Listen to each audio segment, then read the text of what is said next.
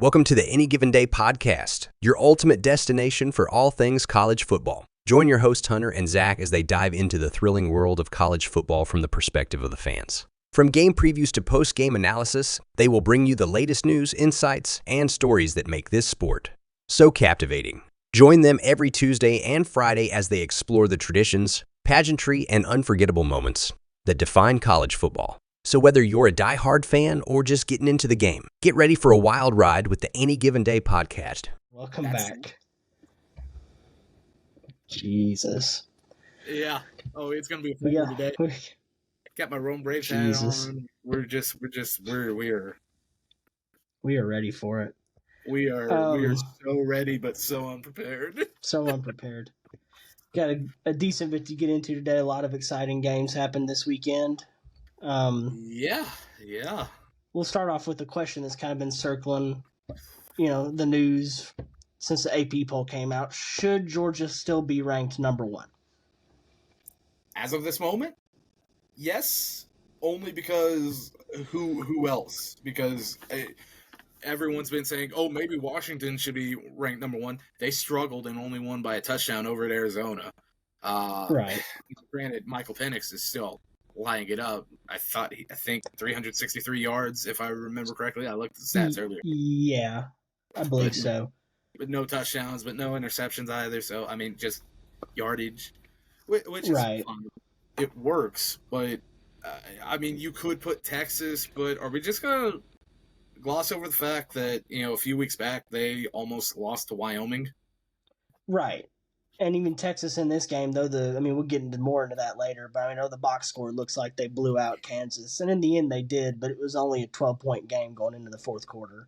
So It wasn't like it was in hand all game. So I don't really see a team that's claimed it. It's like we talked earlier in a couple episodes ago. This year, there isn't a clear number one. There is no elite team. There is no powerhouse team this year so far anyways. Nobody's taken that spot. So yep. There's an argument for Georgia not to be number one, but there's also an argument for every other team in college football not to be number one. So it's year of the upset once again, or maybe not year of the upset so much as just it's going to be very 2007-esque. It's going to be, you don't know who's going to win. You will not know until the end of the season. And even then, it still could be a toss-up. Right. I think Georgia they still have the most talent and depth of talent. It's just if they can get everything clicking. If they get everything clicking, then they very much could just run away with it later on in the year. Do I think they will right now? Probably not, but obviously, this may be a little hot take, but personally, I don't love preseason rankings at all. I don't think we should have any rankings. It's never going to happen because of TV.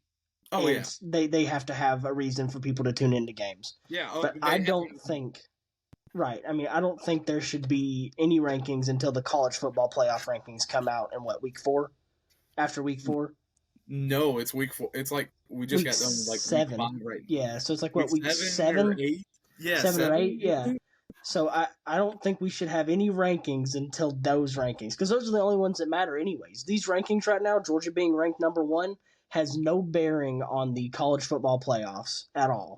Yeah, these rankings matter nothing. They don't at all.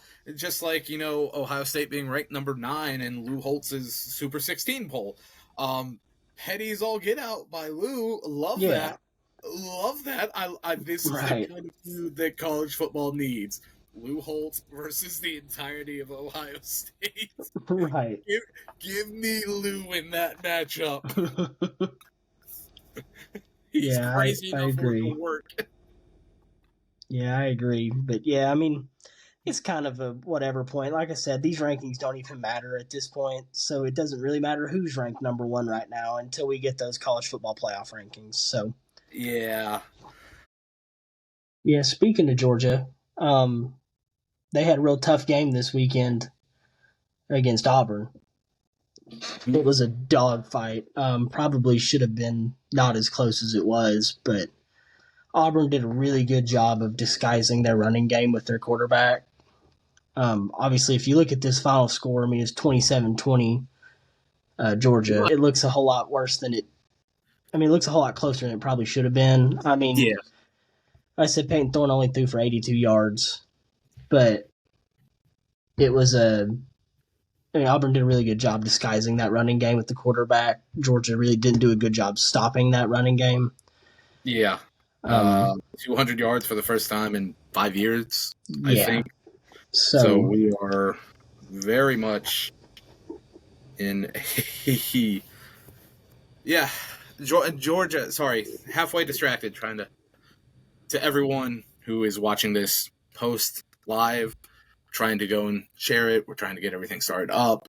Anyways, it was not the best day for Georgia's defense, and I think they might have put some things on display that they did not want on display, but are now there. So they got to go and get that figured out. But when you really look at it, I think what saved them was Carson Beck, and I know a lot of people are still calling for his job and everything, but you can't. He threw an interception. I will say that. But if you go back and you see that interception, nothing him or the wide receiver could have done. They were both where they needed to be. It was great coverage, yeah. It was great coverage. Great coverage. I will give that to that kid all day. He played his ass off, man. You know, he did 313 yards. He was so poised in the pocket. So poised. He did not let it rattle him, and you would have never guessed that it was his first SEC road game. Right. Obviously, Brock Bowers helped him out a lot. 8 receptions, 157 yards. Everybody in that stadium knew Brock Bowers was getting the ball there in that last quarter, the last 2 drives, and Auburn couldn't do anything to stop him. He's just... Yeah. And that's another thing. You still have people calling for Bobo to be fired already, or have the play calling duties taken away. All this stuff. Everyone knew the ball was going to Bowers, but he still got schemed open. Right. But no, Bobo's not a good OC. He can't all this stuff. Beck, like I said, that was his first road game in Jordan-Hare. Right. Of all places. You're down 10-0 to start the game out of nowhere. And it did not rattle him. He stood in the pocket, took shots that probably weren't recommended to be taken, but just so he could get a pass off. Lo and behold, those passes connected. He looked great. He was not bothered. Probably not.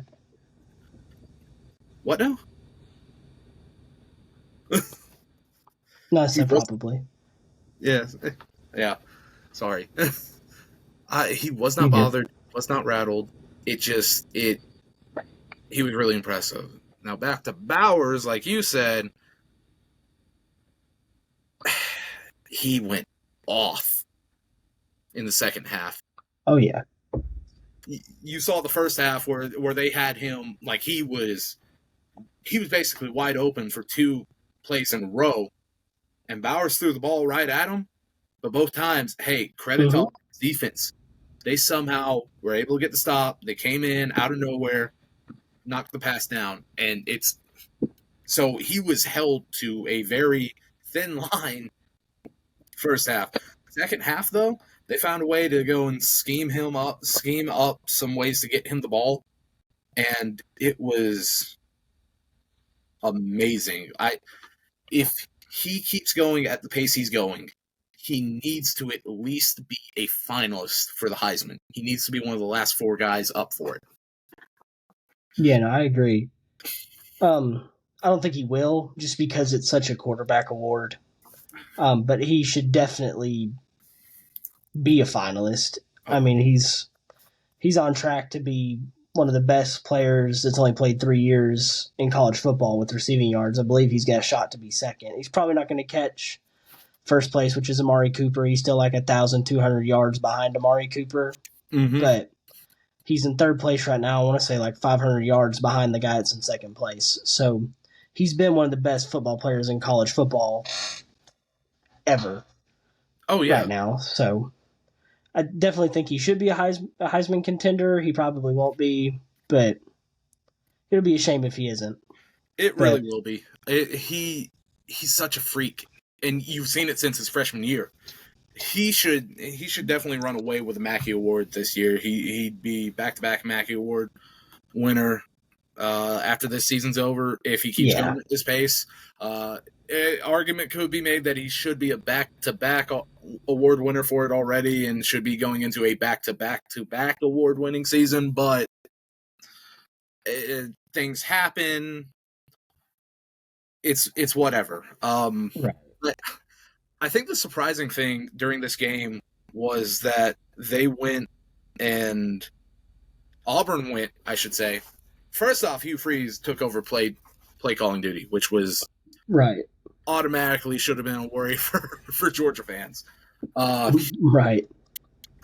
The other thing was he was not afraid to go and have Peyton Thorne run the ball. Right. And he was their leading rusher because of it. Right. I mean, Auburn had a really good game plan, a really good game, and they definitely shouldn't be mad at this loss. No. Obviously, it's tough to lose by a touchdown when you're got a chance to score as time's running out. Obviously, anytime Auburn got in that third and long situation, they don't have that yet. Obviously, third and short, they're really, really good. It's really hard to stop Auburn in a third and short, second and short.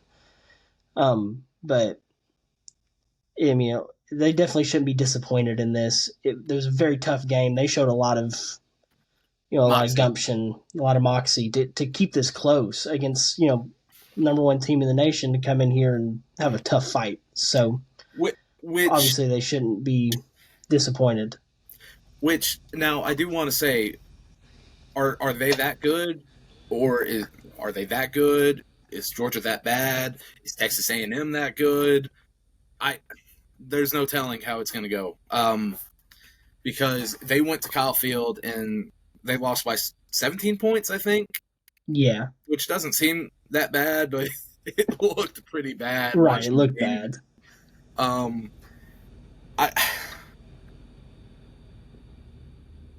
It's astounding. It truly is how everything could turn out in the West. I have no clue who's coming out of the West. LSU just lost to Ole Miss. We'll get into that a bit later. A&M might be the best shot at this point to come out. There is only 2 teams in the West that don't have a conference loss. And it is Texas A&M and Alabama are the only two. That's the only 2 teams in the West that don't have a conference loss. And they play each other this week. Yeah. So we'll see this week who's going to be the team to beat in the West. Yeah. And Alabama has to travel to College Station. That's going a tough one. Oh, yeah. Well, I know you like to rant about soft shell coverage, but I have a rant.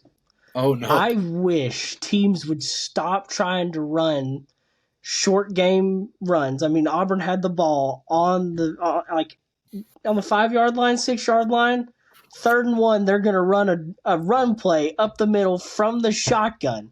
Then they get to 4th and 1 and run a run play up the middle in the shotgun. Quit running short yardage plays from the shotgun. Line up under center, do a QB sneak, or hand the ball off under center. Quit starting yourself off 5 yards back. You're turning a 1-yard run into a 5-yard run. It makes 0 sense against an athletic defense like Georgia. And Georgia couldn't stop the quarterback run all day. All day they couldn't stop the quarterback run. On the edges. And instead of trying to do something like that, in a 3rd and 1 in the red zone, no. They hand it off to the running back up the middle. It makes 0 sense. 0 sense. Auburn should have gotten points there. Definitely should have kicked a field goal. This is a whole different game possibly if they kick a field goal there. But what do I know? I'm not Hugh Freeze. I'm not a college football head coach. Apparently, I'm just an idiot. But quit running short run plays from the freaking shotgun. You're turning a 1 yard run into a 5 yard run. It makes no sense. You know who probably could have scored from there, or who could have gotten the first down from shotgun, especially after this past weekend? Ray Davis. Ray Davis. Yeah, I mean, he had a fantastic game against Florida. I mean, 280 yards. Yep. 3 touchdowns, 209 in the first half. He broke out a 75-yard run. Yeah, I mean, Florida really just didn't have an answer for him. I mean, it's like we were talking earlier. If you look at the quarterback stats for this game, I mean, Graham Mertz threw for 244 yards, 2 touchdowns. Devin Leary only threw for 69 yards. So if you look at that, you're thinking Florida should have won this game pretty handily. No. You forgot to look at Ray Davis and what he did. Yeah. I mean, Kentucky. Devin Leary did not need to go and make as many completions. He only went 9 for 20. And that's because Ray Davis carried the load for the team. So it does beg the question, though. So Florida runs the same front that they run a mint front with 4 down linemen. It's basically the same defensive design scheme ish that Georgia runs. So I am curious about how Georgia is going to handle that next week, because you've got someone who's very much in Florida's DC. They are very much trying to go and run the same defense that Georgia runs. It's a great defensive scheme to run. It's worked, but they do not have the same knowledge that Glenn Schumann, Will Muschamp, and Kirby Smart combined have of that defensive scheme. So I think if you can find a way to go and see what Kentucky hit to go and tear through that defense and fix it, it will be Georgia and those 3. Yeah, I agree. I mean, at this point, I got a question. Do you think that Billy Napier should be on the hot seat right now? No, in no way, shape, or form should he be on the hot seat. This isn't even halfway through his second season. I think depending on how things go from here, then maybe you go and might make some coaching changes, maybe a different special teams coordinator. Oh, my bad. Game changer coordinator. My bad. Maybe make a change there. Just something will have to change, but I think Napier will at least get probably halfway through next season. He'll have halfway through next season, because next season is when his first recruiting class should, in theory, be ready. Right. I mean, I just don't know. I don't know, because he's 9-9 at Florida right now, and at no point should the head coach of Florida, and should Florida be a team that is unranked and losing this many games against teams that frankly shouldn't be as good as them. The amount of money and recruiting prowess that Florida should have and does have, they shouldn't be in games like this. They should be up there with the Georgia, Alabama. They were for years. Obviously, Dan Mullen didn't leave Billy Napier in the greatest position. Exactly what you said right there.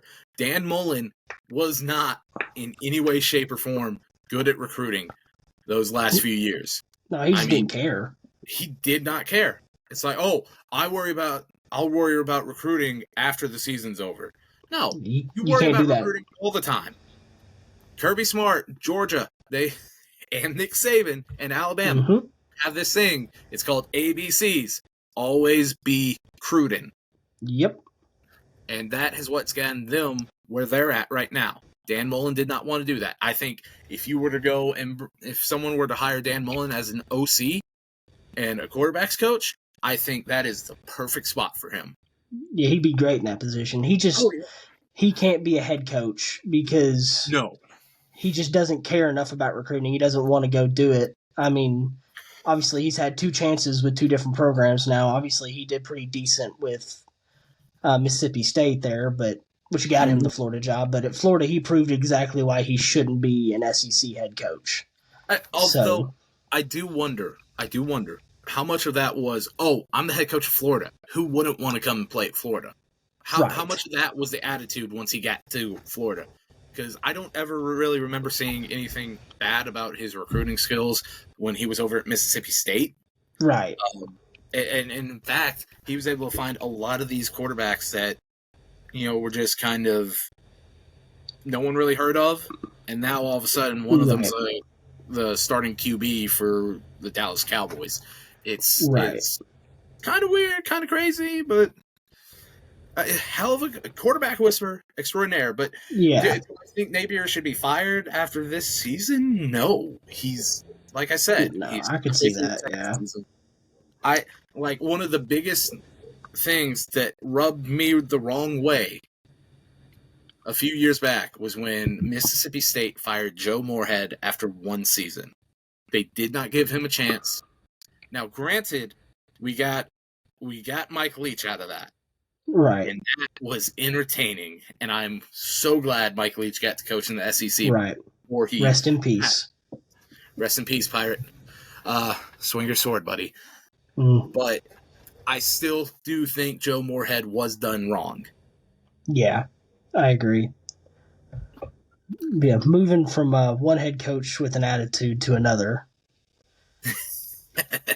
LSU and Ole Miss, heck of a game. And I thought there for a second LSU was going to destroy Ole Miss. It was like 21-7 into the first quarter. And I know obviously we both picked LSU to win this game, and unfortunately we were wrong. I think I talked you out of Ole Miss. You did talk me out of Ole Miss. I was going to pick Ole Miss, and you talked me out of it. And because of that, I'm in first place. I remember texting you. I'm sorry, no, Ole Miss was up 21-7. That's what it was. Yeah. That's what it was. And I remember texting you and saying I could kill you for talking me out of picking Ole Miss. Yes, and then you sent me a middle finger emoji and threatened to edit in that, I pick Ole Miss, yeah. Yeah, and obviously LSU comes back, and then Ole Miss comes back and wins it late. Heck of a game. Jackson Dart had a heck of a game. 389 yards, 4 touchdowns. Jaden Daniels, really good game too. Yeah, and another one on the yard on the ground for Jackson Dart. Jaden Daniels also had a really great game. So I mean, both quarterback. It was no defense. There was zero defense in this game. More of an offensive showcase than an actual football game. It looks like a Pac-12 game instead of an SEC football game. But yeah, and we'll get into the other Pac. Well, I say we'll get into it, but we'll get to some things later. Don't worry. Right. Quinshon Judkins looked great. 177 yards. Mm-hmm. Just insane. And he had 2 total touchdowns, 1 rushing, 1 receiving. It's insane. It's like anyone who was on the offense, it was like, okay, you get a touchdown, and you get a touchdown, and you get a touchdown. Right. Hey, you can take 2. Just you got Ulysses Bentley the 4th. He almost had 100 yards. Trey Harris had 153 yards on 8 receptions. Yeah. And then you had Jordan Watkins, who also had over 100 yards on 5 receptions. That's just for Ole Miss, right? Mighty.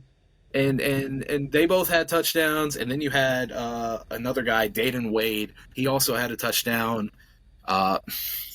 It's just It was insanity. It was truly insanity. It was crazy. I mean, did you see the play that Jackson Dart made with Quinshon Judkins? Jackson Dart was wrapped up in the backfield for a sack and did a little lateral to Quinshon Judkins and turned it from a 5-yard loss to a 1-yard gain, which would have put him out of field goal range.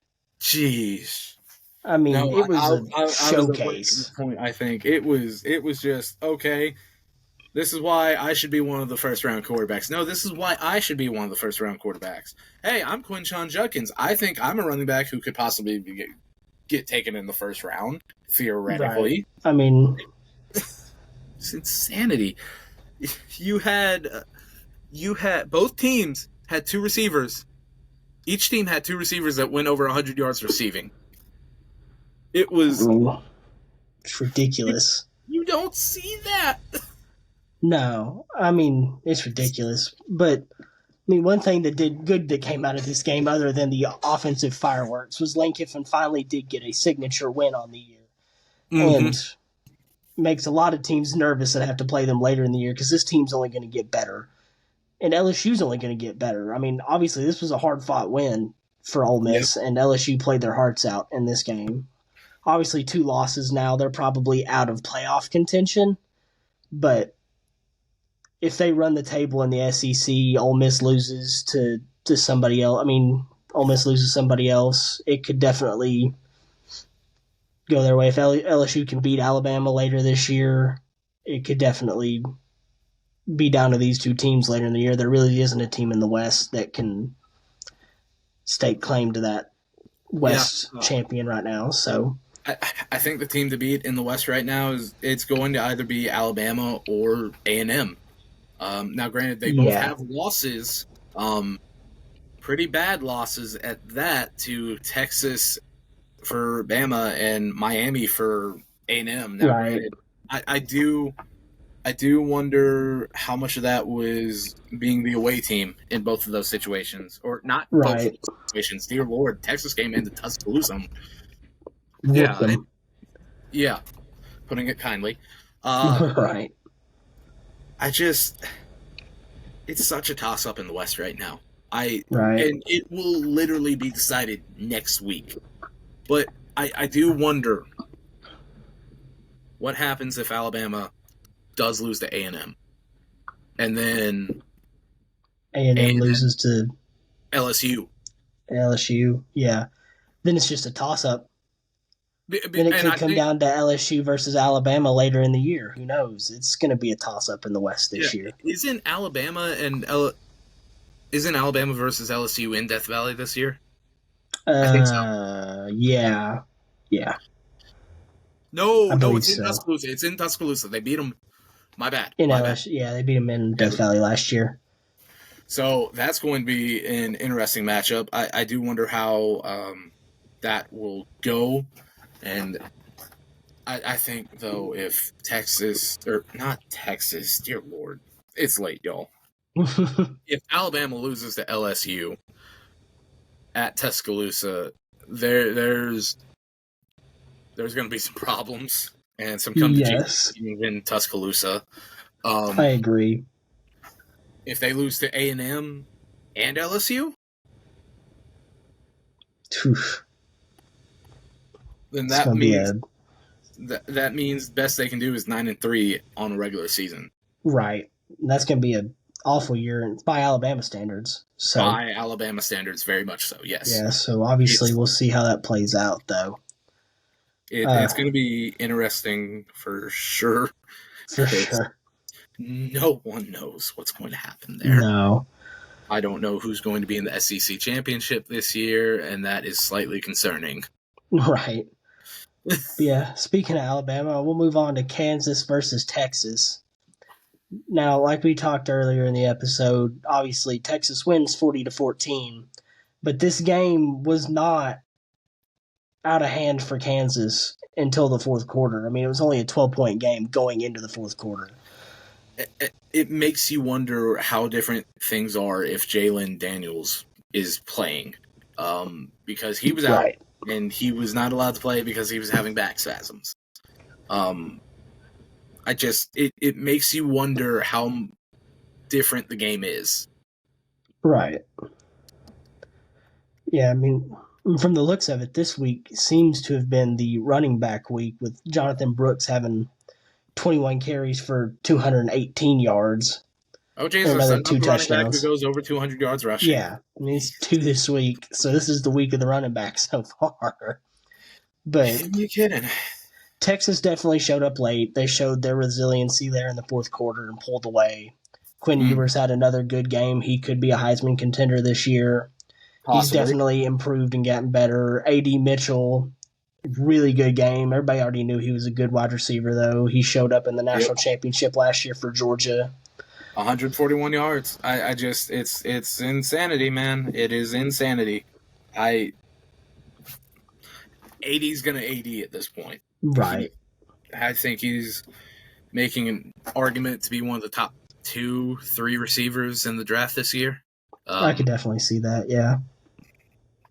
It's astounding. I agree. Yeah, I mean, obviously Kansas didn't really have much to say. With Jalen Daniels out, there wasn't much they could really do to keep up with it. So, no. Texas, big win for them. Obviously, both of them going undefeated going into this game, and Texas goes in there and beats them pretty handedly. Obviously, it didn't look like that during the game, but it was a good game for Texas. Yeah. So, you know what also didn't look as bad as the score says at first? What? USC at Colorado. Yeah. Yeah, another game. I checked the score at the first quarter, and it was 21-0, 21-7, 28-7. I think it was 28-7 at the end of the first quarter. USC. It got so out of hand so fast. Everyone just kind of turned away from it and was like, "Yeah, it's over. And then and then USC proved why they're not actually a national title contender. They don't have. Yeah, I mean, no. At all. That's going against the soft shell coverage every single play. Yeah, I mean, you could say that USC's defense is say it with me. Anemic. Yeah, there you go. Anemic. I mean, it's my word. Like you said, I mean, I turned this game on and it's 21-7 or something like that, and I was like, yeah, it's exactly what we thought, especially after last week against Oregon. We go, okay, this is going to get very out of hand because USC's offense is better than Oregon's offense, arguably.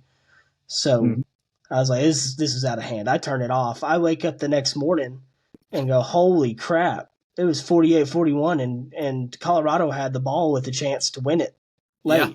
So, which I think that says a lot that the Colorado team did not give up on they did not give up on Deion, and they did not give up on this game. It's just I truly do believe once Deion gets some more guys in there, they'll actually be a real competitive team. It's not going to happen the first year. No. Them shocking TCU like that, which granted, is it really a shock? We don't know. Just with how TCU played and how close a lot of their games were last year, right? You could theoretically make a call that they got lucky to get to the national championship, right? But TCU beat them, and it started this entire media thunderstorm. And then Oregon put an end to it, supposedly, and now I got no clue. You look at the stats, Caleb Williams threw for over 400 yards. He had an interception, but, I mean, he had 6 touchdowns. Right. He had 6 touchdowns to 1 interception. I think you'll take that. Oh, yeah. Taj Washington was USC's leading receiver. He had 117 yards and a touchdown. And then you look at Shedeur Sanders. He went off in this game. He had 4 touchdowns, an interception, granted, but still 4 passing touchdowns, 1 rushing touchdown, 371 yards. So he went off. Right. And then Omarion Miller. Holy crap. 7 receptions, almost 200 yards. yards. He was 4 Holy yards away crap. from 200. I just, and he only got 1 touchdown. Surprisingly, you would think with that I mean, much dang. yardage, at least 2. But Right. I mean, obviously, you know, could you argue this game turns out differently if Travis Hunter isn't hurt and plays this game? I think maybe. I think it could have. I mean, a I very 7-point well swing, could. Travis Hunter's probably worth about 7 points. I'd Just say the fact that he he's can probably do it on worth both sides. I'd say he's probably worth about 9 to 10 points at least of Yeah. a swing. And I've never knocked Travis Hunter as a player. Really good player. Great player, Arguably the best player in college football. arguably. You know, between him and if we're just going based off pound for pound player, between him, Brock Bowers, I think Harold Perkins from LSU, Yeah. Marvin Harrison from Ohio State. If you're going based on actual best overall player and not just quarterbacks, those should be the 4 Heisman finalists. Granted, Harold Perkins hasn't as much stood out this year as you would think, but I know I've seen him play. He's freaky. Oh, yeah. Yeah, I mean, it was... I mean, those are your best 4 players, so... Yeah. Obviously, it's not going to be them. It's going to be probably Caleb Williams, Drake May. It's going to be quarterbacks. It's going to be quarterbacks. Unless I would say unless Bowers or Harrison puts up a Devontae Smith-like season. Right. Who knows, Travis Hunter, once he's back, he might sneak in. Just the fact he's doing it on both sides might get an in. Yeah. But I do have a statement, though. Oh, what is that? Lincoln Riley is soft. Yeah, no. That is very true. Very true. He is very much as soft as his defense. Soft. Soft? I mean, very. I just don't like the guy. Yeah. At all. But, It's hard to. And what he did, how he left Oklahoma, it just made it even worse. I'm sorry. Like, I didn't like him while he was coaching over at Oklahoma. I mean, him and Ryan Day are probably the 2 least likable people I've ever seen on TV, and that's saying a lot. So, yeah, it's unfortunate. But to speak about probably one of the most likable people I've ever seen on TV, Sam Hartman. Obviously, if you didn't watch the Duke game, obviously there was a very bad injury at the final play of the game with Riley Leonard.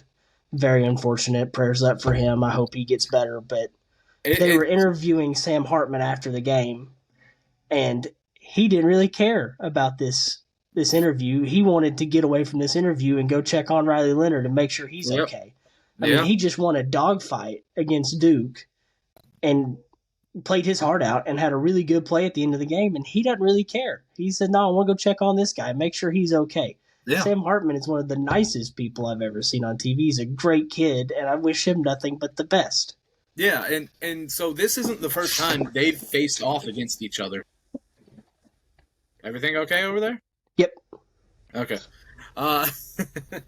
This isn't the first time they faced off against each other, but the last time they played against each other, it was like the exact opposite stat-wise. Like, it was like over 700 yards passing between the two. That was back when Hartman. Yeah, that was back when Hartman was over at Wake Forest. So, and then you see this one, and it's like they could barely score. It was a gritty game, and Al Golden must have heard me or someone because I did not see a single shell coverage on that final drive. Apparently, though, Duke's defensive coordinator did hear you. Yeah, Duke's defensive coordinator did not hear me. Apparently not. And he put out some shell coverage on a 3rd and 14, which, congratulations, you lost by a touchdown, buddy. I don't know why people keep doing it. They need to listen to you. Why? Al Golden listened to me, and lo and behold, they win. That's just I just Al Golden learned whoever Duke's defensive coordinator is did not. They are not worthy of me knowing their name at this point because they chose to use this shell coverage. Jesus, whoever Cannot his name stress is. how much I hate shell coverage. Okay. They sent four guys. Lo and behold, they were pressuring Riley Leonard. Granted, hate it that it ended up with being a high ankle sprain, which thankfully, so he's going to be back this season. And It looked a whole lot worse. It really did. It looked like it could have been like something like ligament with a knee. I do not recommend watching the video of his injury if you. No, I wouldn't recommend it at all. It looks rough. Just out of respect at this point, really. Yeah, it looks really rough.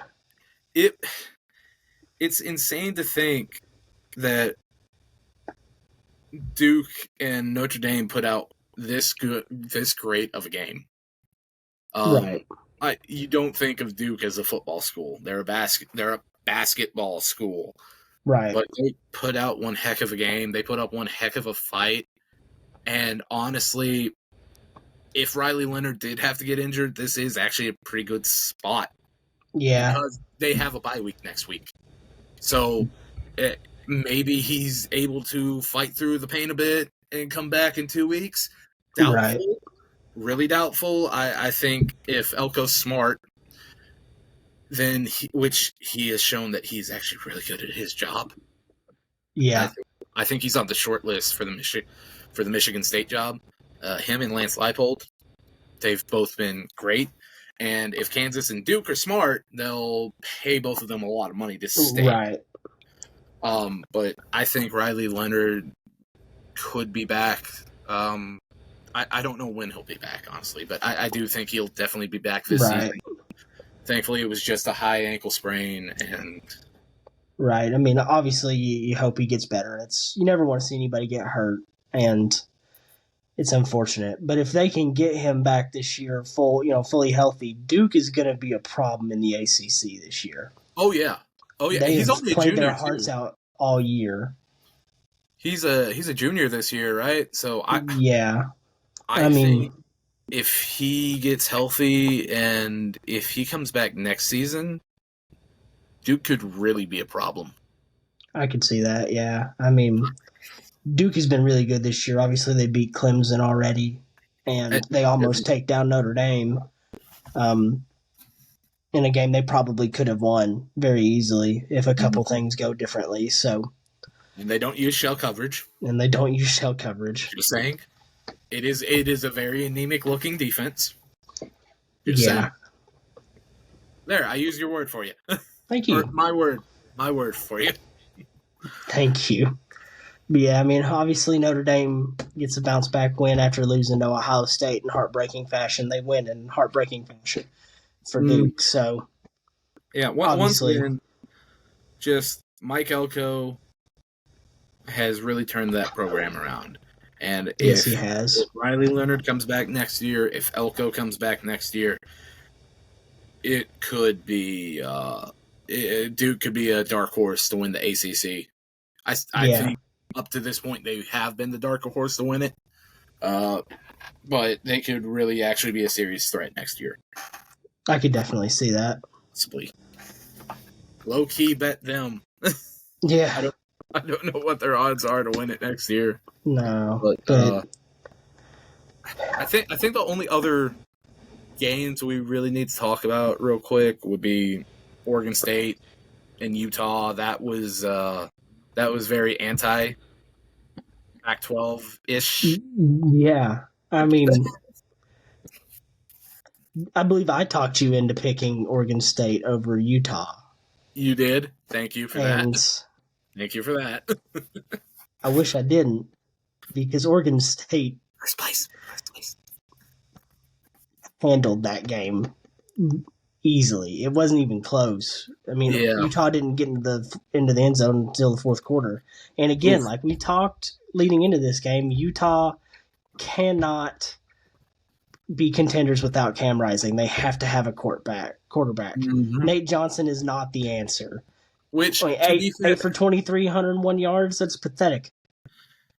yeah, but I will give them credit for this. He's not the quarterback on Utah that threw an interception. This is true. So, yeah, he. It also seemed like he got a lot more of the reps, and they barely brought in the other one. So that's how they've been doing the last couple of weeks, or last week and this week. They tried. It's just they can't do this back and forth quarterback thing, and neither of the two quarterbacks seem to be the answer. So without Cam Rising, I expect at least 1 or 2 more losses this year. Yeah, from them. I mean, their defense is great. They just can't compete with high-scoring offenses. Because do they play USC later this year? I assume they do. Wait, who? Who do they play? USC. USC? Oh crap! If you could somehow put USC's offense with Utah's defense on the team, there's a national champion. Yeah. Right. Oh yeah. That'd be Yeah, I mean it's. Utah's got to play. Utah does have to play USC later this year in 3 weeks. Mm-hmm. And they're not winning that game. I can guarantee you they're not going to be able to keep up with that offense. Unless Cam Rising's there. Unless Cam Rising is healthy by that point. Oh, dang. Unless Cam Rising is healthy. They have USC and Oregon back-to-back. Oh, there's one loss in between those two at least. And then, holy crap, they got USC, Oregon, Arizona State, then Washington in a 4-week period. And finish off the year to play Colorado. Holy crap. Man, they're I see at least 3 losses. If Colorado can have it figured out by the end of the year, I see 4 losses if Colorado can have it figured out. They are very much fornicated. Oh, very much so. Yeah. I mean, speaking of Washington, though, they were in a fight with Arizona. Yeah, a team you don't ever expect a football. It's definitely not a football game. You don't expect Arizona to be in a fight. Basketball maybe, football not so much. Well, is the quarterback for Arizona? I think that's how you pronounce it. Noah Fafita. That's the quarterback for Arizona. Who? For Arizona. Yeah, I know. What's his name?